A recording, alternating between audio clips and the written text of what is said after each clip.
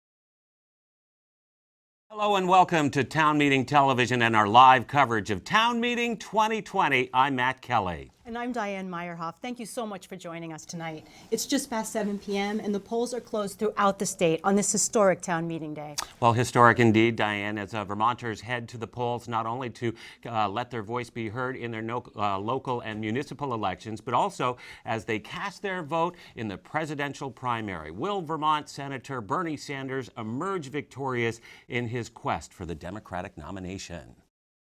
Well, we'll be hopefully hearing from him and his rally later tonight from Essex Junction at the fairgrounds, where we understand a big rally is underway.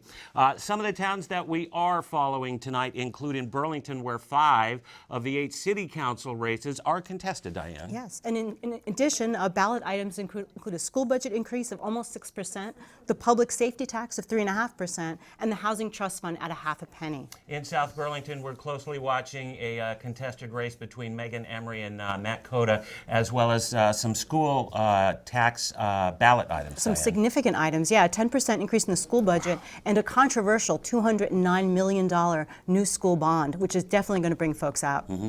School items were also on the ballot in Winooski. Yep, small increase relative to others, 5.6%, as well as the city budget increase of 2.45%, and there are no contested elections in Winooski. Charter change was big on the minds in Essex voters. And yes, big item in Essex is the select board change from 5 to 6 members and creating 2 districts rather than at large. Other than that, no contested elections. Well, the town budget in Williston was also on voters' minds, as well as the culvert repair at Muddy Brook. That's right, that's right. And a number of charter changes, again, no contested elections in Winooski. I'm sorry, Williston. Okay. And in Colchester, we did report that there is one contested select board seat, and we are watching the town and school board budget votes as well. And also the Champlain Water District. In 8 communities, there's a vote to continue the modernization process that started earlier, which will not increase the rate for ratepayers. Sorry. Wonderful. Well, throughout our broadcast this evening, we are pleased to be joined by Seth Leonard in Studio B throughout the evening. Seth will be welcoming guests as they come into our studio and discussing the day's events. And we are much looking forward to welcoming Seth at the 7 o'clock hour. Absolutely. Well, if you are heading out this evening and you want up-to-the-minute results, you can go to our results page. That is ch17.tv. A big shout-out to our broadcasting partners enjoying our online stream tonight and simulcasting on radio at 99.3 FM, WBTV, Community Local Radio. We thank them for streaming as well. And our print partners, 7 Days and VermontDigger.org. Excellent. Well, every day before town meeting, the villages of Essex and the communities of Williston go and meet on the Monday before Tuesday town meeting. Indeed, they do. And in Essex last night, 200 people turned out to discuss and debate the issues, especially about the budget. And there were amendments and a very long discussion, but eventually the budget was approved as presented. In Williston, an advisory referendum on increasing sidewalk maintenance, especially plowing, not a big surprise this time of year, also passed as well.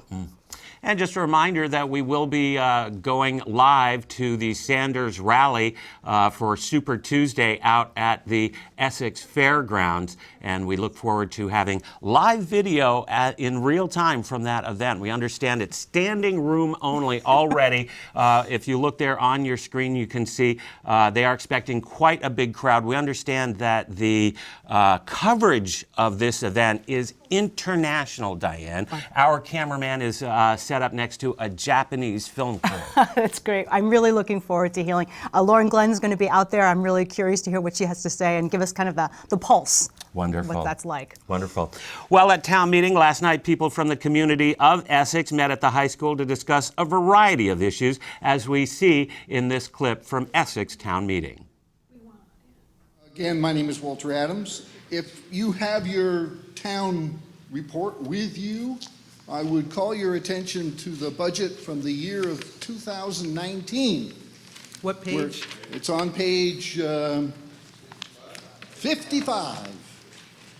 And in that year, the proposed town budget for revenue was $14,360,000. You actually collected $14,750,000. They proposed a expenditures budget of $14,360,000, and our actual expenditures were only $13,800,000. That total is well in excess of the $500,000. Now, you didn't give us enough numbers because obviously 2020's budget isn't final until July, so you can't figure out what's going on there, but I'll guarantee you that we're going to see the same kind of difference, which means that making the 2021 budget the same as 2020 means the chances are that we're not actually doing any increases anywhere, any decreases anywhere. The numbers change, but the actual expenditures may turn out to be exactly the same as they were last year, or what is now this year. So that you're not really having to worry that we're going to have the library's going to close, or they're not going to plow my road. We're just saying it's time for you to stop collecting more money than it takes to create a balanced budget without asking us for it. And that's what's been going on for the past 10 years. You have never missed, in two of the last 10 years, you have missed the actual revenue projection. 2 out of 10. All the others, more money came in than you expected. All of the last 10 years, you have spent less than the budgeted amount on your expenditures. So there's no reason to assume that this year, if you hold the budget the same as it was last year, that the town will survive very nicely. Thank you very much. Karen Dolan in Essex, and I am opposing this motion. I appreciate the perspectives that folks are sharing. I think it's important for us to bring all these perspectives together and hear this, and at the same time, I trust those that we elected into this to do this work. I'm not as informed in all these budget pieces, and I know that our select board put many hours and lots of time and energy connecting with all the different staff and organizations to create this budget. And I feel like that is the oversight. When there is surplus, we voted for the select board, we put our trust into them, and I really appreciate what you're doing to make this budget go forward. So I will be going against it.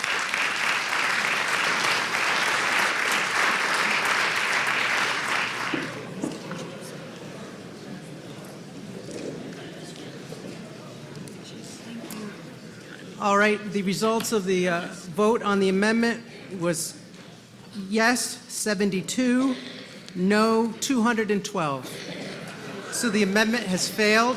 And again, thank you for your patience. And your strong voice. And there's nothing wrong with knowing the exact number. All right, so that takes us back to the actual motion itself, unamended. And I'm going to read that since we've been through so many adjustments. Shall the town adopt a budget for the fiscal year July 1, 2020 to June 30, 2021, as recommended by the Select Board in the amount of $15,332,134? And the debate is still open at this time. Dustin Brusso, I'd like to call the question. All right. And we thank videographer Mike Cusmit for that video from the Essex Town Meeting. Just a reminder that we're live at 5:25, and our live results show for Town Meeting 2020 gets underway at 7 p.m. And that's right. And so you can still go out and vote. It's only 5:30. You have till 7 o'clock. Polls are open. And a reminder that if you are heading out tonight to take us along with you, you can enjoy our complete results page streamed to your smartphone or tablet at ch17.tv. You can also enjoy our online stream simulcast on your car radio at 99.3 FM WBTV. And we welcome our print partners 7 Days and VermontDigger.org. Well, earlier today at the polls in Burlington, voters had this to say as we head to another Exit Voices. Well, I guess we don't have that report. But we so should we'll- talk about what we'll Essex, come- what Exit Voices is. It's when all our reporters go out early in the morning to all the polls all over and bring back lots of video and talk to what are people excited about? What are they voting for? Why did they come out to the polls? And I had a little preview, I have to admit, earlier, and many folks talked about coming out, of course, to vote for Bernie. Right. So that was definitely a driver, and they do expect the turnout to be quite large today. Well, and I think that's significant. We saw some incredible weather early this morning with mild temperatures. It might have reached 50 degrees in some places, plenty of sunshine, and that definitely did bring out the voters. As we take a look at our ch17.tv website election results page, you're welcome to go to that. It will be up to minute Populated. results as we have them, as you see right now on your screen right here. As the results come in, we'll be updating them in real time. We will be, and and we'll be going through them to help our radio partner as well, so folks can hear as we're going through what all the election results are. And we do expect some results by about 7:30 or so, at least starting to come in. Right. We think it's going to be actually a late night here, only because there may be some controversy or some question about results, particularly in Ward 4 regarding the write-in votes. And the state of Vermont, or rather the city of Burlington, from the mayor's office, they are reporting that we have been seeing significant write-in votes, early balloting, if you will, pardon me, early balloting. Some counts of 200 to 250 ballots a day coming in to the ward clerk, or rather to the town clerk at the city of Burlington. And they're predicting that this may be 30% of the actual total vote. And interesting, sometimes if there's breaks throughout the day, they'll run those ballots through the machines so that we still have fairly early results. However, it may have been busy today. It seemed very steady when I went out, and then those have to all be done when the polls close at 7. Wow. So that may make the results a little later tonight than we had originally anticipated. And we, of course, hope to have up-to-the-minute polling results and voting results for national office for Bernie Sanders in his quest to take the Democratic nomination for President of the United States. Well, in Winooski, voters were out in force with the warm weather, as we hear in this latest in our Exit Voices. Government. Thanks. You want to say that on camera? We take love. So what's your point? So I don't have a point. Oh, I good. want to know what your point Oh, is. that's what I thought. Yeah. We do this thing called Exit Voices. So Okay. we show up at polls all across Chittenden County, and we just talk to voters to hear about what's on their minds. I wish they bring back real school choice, where the money followed the student to that school district. I think it makes sense for that school district to take our students with that kind of support and funding. But I think overall we're doing okay. I'm retired now, and property taxes are going to probably push me out eventually, on a fixed income like many seniors find themselves in. But it's been a good run in this community. I love it in this community. But I see that at some point in time, I'm going to have to move on. Always invest in the children. Always invest in the They children. may be taking care of you one day. And as far as Champlain Water District, if the pump system needs replacing and or upgrading, it serves the area. And we'd best be able to get water out of our taps. So. I do care a lot about local issues, yes, absolutely. And, national issues, international issues. One person can make a difference, So that's what I'm here to exercise and to do.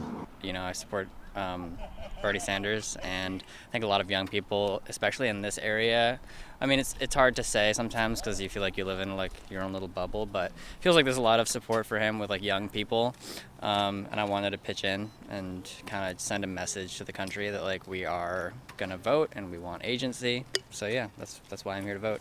Donald Trump? Yes, he's a Christian. That's why I go for him. I'm a Christian too. Supreme Court Justice. If he wins, he gets another chance for another Supreme Court Justice. I'm curious to see if Scott elects himself as senator when Bernie wins.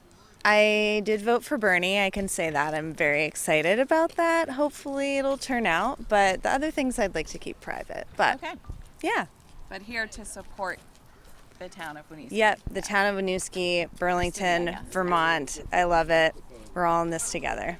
Well, I think it's necessary to be part of a democracy and to vote. But obviously, we all talk about that. I think the primaries are important to make sure that we get our say in electing the right candidate for us.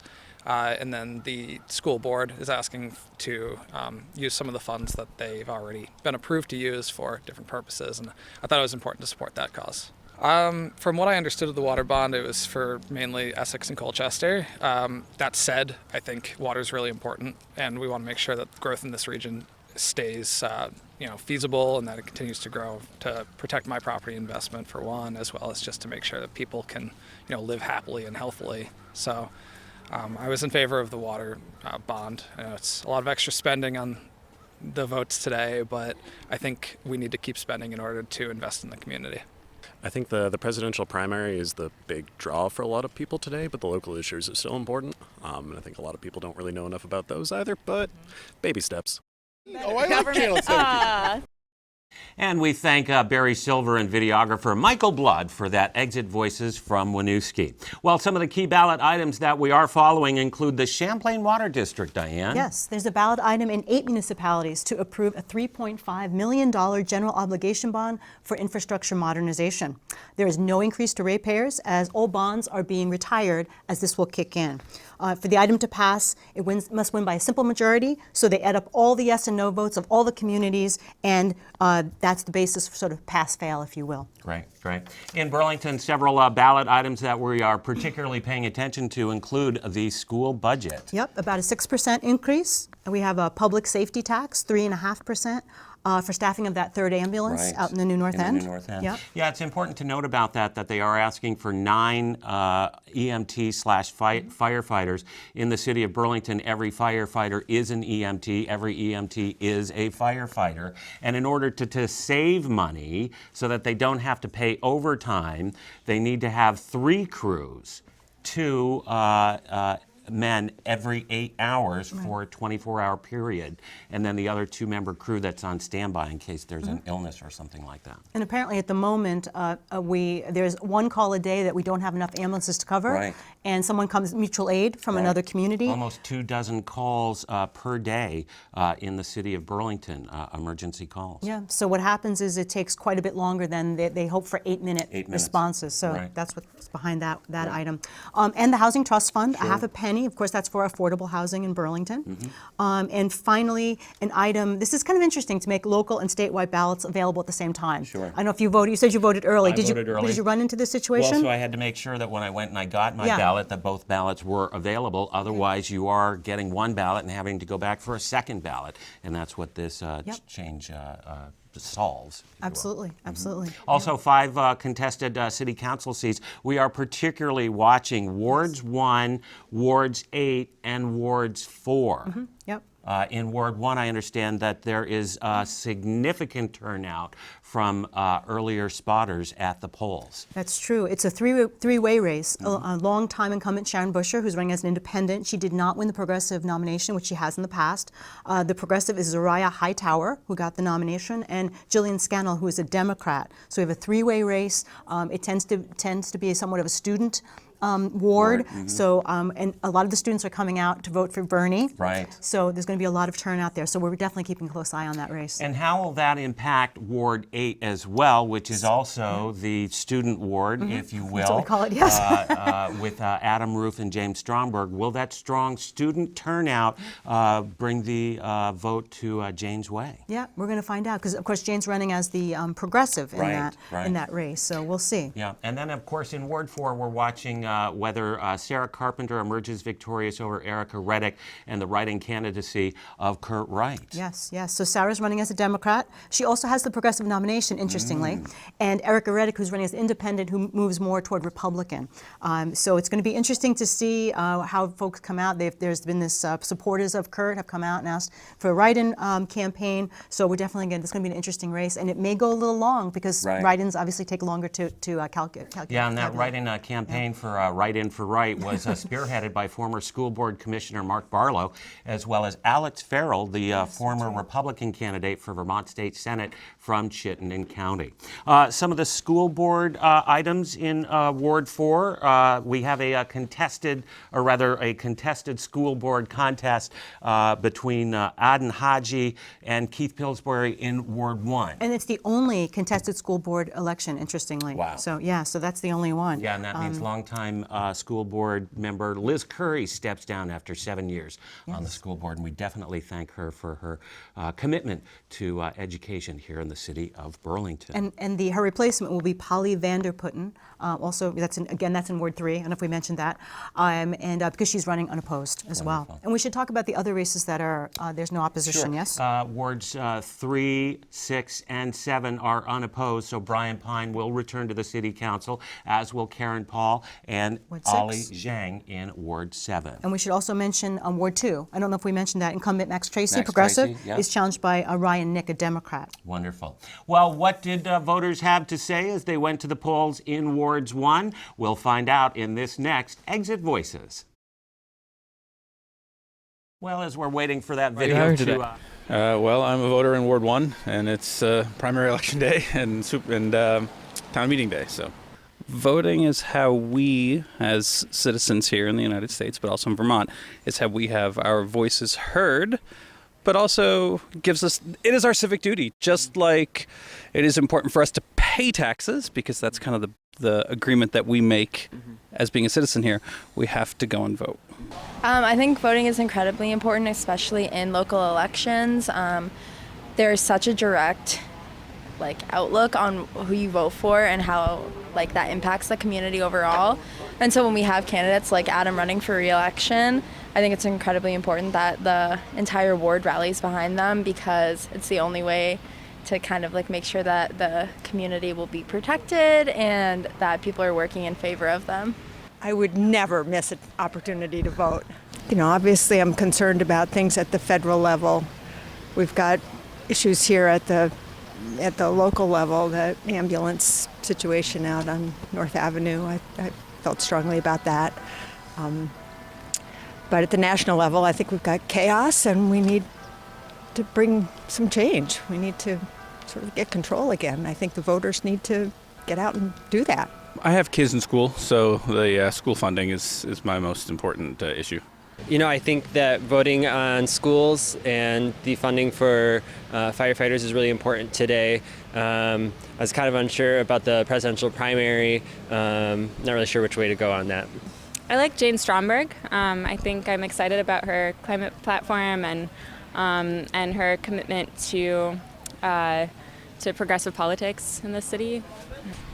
The climate, for sure, is the biggest one for me.